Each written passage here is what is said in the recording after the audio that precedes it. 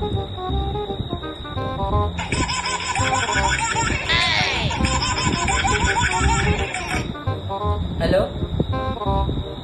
হ্যাঁ ভাই বল।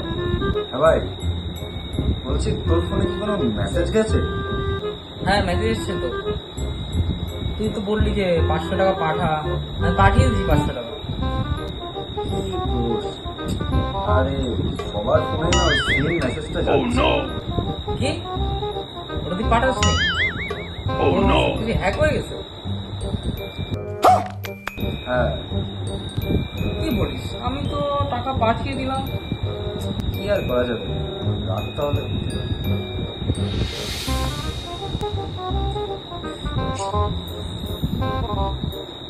কি সমস্যা?